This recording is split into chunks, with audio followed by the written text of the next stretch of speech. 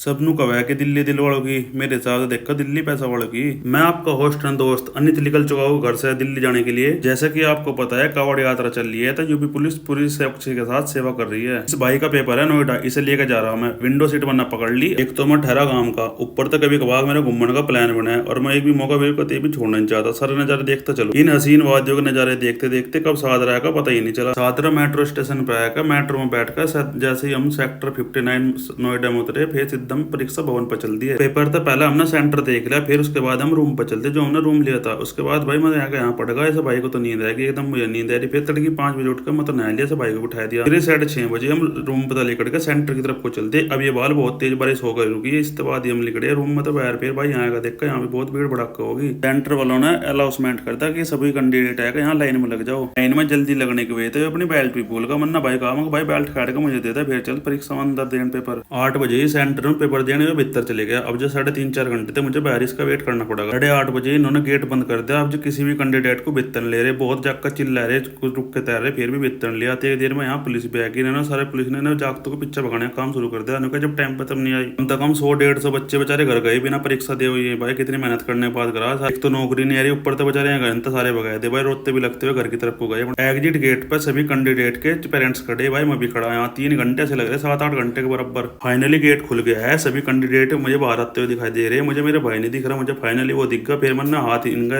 इलाका से जोड़ ले देगा और बुला लिया अपने पास में। यहाँ खड़ा ट्री में बैठ कर मेट्रो स्टेशन की तरफ चल दिए। फिर ट्री बहुत सहज चला रहा था। फिर फाइनली हम मेट्रो स्टेशन पे आ गए। अंत बैठ कर इसमें एक्सीलेटर में फिर ऊपर की तरफ को चल दिया मेट्रो स्टेशन। जैसे ही हम इस पे एक्सीलेटर पर बैठ लेकर गए, मेट्रो हमारे सामने जाते हुए दिख गई। फिर फाइनली हम दूसरी मेट्रो में बैठ कर हम सीधा आ गए यहाँ से औज खास के अलावा IIT दिल्ली के पास बाहर निकल लिया हम। फिर हम सीधा चल दिया IIT दिल्ली में। आखिरी एक्सीलेटर पर निकल कर हम सीधा मेन गेट पे गए IIT दिल्ली के। मेन गेट पे भाई ने अपना ID कार्ड दिखाया था। उसके बाद हम इस बिल्डिंग में चल दिए। अकाउंट डेस्क पे जाना हमें, यहाँ थोड़ा सा काम है हमें IIT दिल्ली में। पास आउट तो होगा ना भाइयों का और प्लेसमेंट भी होगा, तो इन्हें थोड़ा सा प्रॉब्लम हो रही है अकाउंट में के। तो यहाँ अकाउंट सेक्शन पे आएगा, उन्होंने दिखाएगा। तो फिर थोड़ा बहुत कुछ खाना पीना करके हम थोड़ा सा थक गए थे। फिर थोड़ा सा मैंने यहाँ आराम कर लिया। भाई सड़कें इतनी बड़ी बड़ी लग रही है यहाँ से भाई, 1 किलोमीटर 2 किलोमीटर दूरी पे तो नहीं ऑफिस है। इस कैंटीन में मैं बैठा था, वो भाई अंत कम तम ज्ञान गेट था से यार 1.5-2 किलोमीटर। फाइनली सारा काम निपटाने के बाद IIT दिल्ली से हम बाहर की तरफ को चल दिए। अब फिर मेट्रो स्टेशन की तरफ चल रहे। यहाँ मेट्रो में बैठकर सीधा हम सादर स्टेशन पर उतर लिए। हमने मेट्रो स्टेशन पर जो टिकट खरीद दिए थे उनकी टिकटों तो बाहर लेकर जा, वैसे बाहर नहीं लेकर सकते हम यहाँ। फिर हम फाइनली सादर मेट्रो स्टेशन तक बाहर लेकर गए। हमारी ट्रेन भी आने वाली हो रही। 5:30 बजे हमारी ट्रेन थी। उससे पहले आके बैठे हम यहाँ सस्ता आने लगे। भाई थक गए कती चलते चलते। फाइनली हमारी ट्रेन है कि इस बार भी मुझे विंडो सीट मिली यार, कती मजा आएगा जब फिर बाहर के नजारे देखते जम्मा मजे में।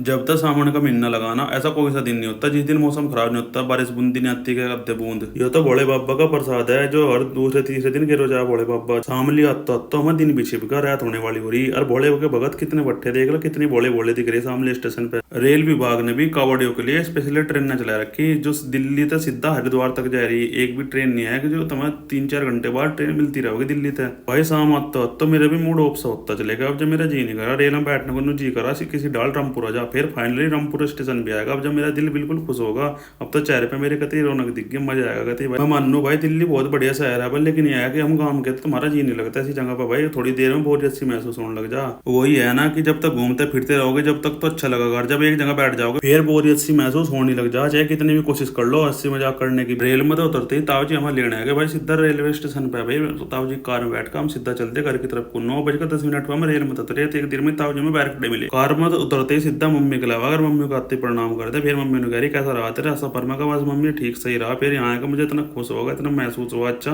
इक्का लगा जाना, बहुत आजादी से महसूस होगी मुझे यहाँ का घर। रात तो ही घरों में दम फटाफट सामान लिख कर सीधा रामपुर चलते। लाला जी की दुकान पर उन्होंने फोन कर दिया। मैं लाला सामान काट दो, सामान लेकर सीधा मैं घर आएगा। अब तुम्हें नींद से चढ़ रही कती। फिर दमादम मैंने दुकान का सामान सारा दुकान में रख दिया। और भाई टाइम भी हो गया 11 बजने वाले हो रहे। फिर मम्मी ने कहा रोटी खा ला उसके बाद सो जाइए, मुझे बताते नींद आ रही होगी। फिर मैंने रोटी खाएगा, अपने कपड़े लत्ते बिछाए दे, जब इस तरह लगाए दे, सोने की तैयारी करने लगा मैं। एक बात तो है भाई मजा तो पूरा आया, लेकिन भाई मेरी वीडियो को लाइक फॉलो कर दो, सब्सक्राइब कर दो भाई।